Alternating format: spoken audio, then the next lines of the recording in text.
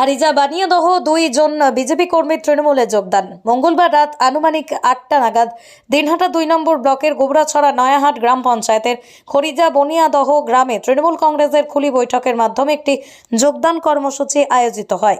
সেই যোগদান কর্মসূচিতেই বিজেপি ছেড়ে 2 জন কর্মী তৃণমূলের দলীয় পতাকা হাতে তুলে নিয়ে স্বেচ্ছায় তৃণমূল কংগ্রেস নেতৃত্ব। এদিন সেখানে উপস্থিত ছিলেন 2 নম্বর ব্লক তৃণমূল কংগ্রেস কমিটির সাধারণ সম্পাদক আজিজার রহমান, অঞ্চল তৃণমূল কংগ্রেস সভাপতি আনসার আলী আহমেদ, গ্রাম পঞ্চায়েতের প্রধান মহেশ বর্মন সহ অন্যান্য নেতৃত্ব।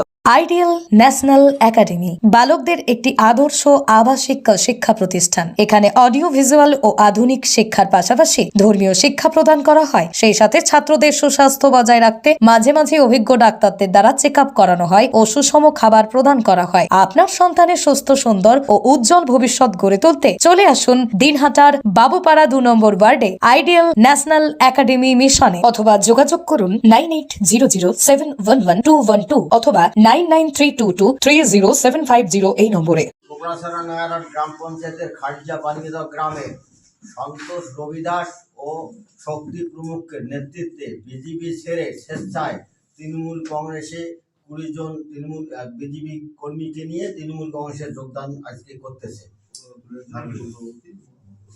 এবং অঞ্চল সভাপতি এবং আমাদের block general secretary Aziza Rahman, অঞ্চল সভাপতি আনসার আলী আহমেদ, আমাদের প্রধান মহেশ বর্মনের নেতৃত্বে এরা সবাই তাদের হাতে ফ্ল্যাগ তুলে দিচ্ছে।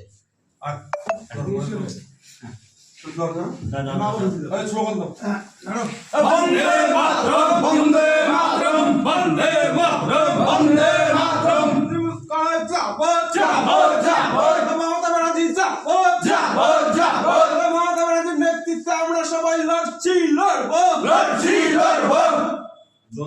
জয়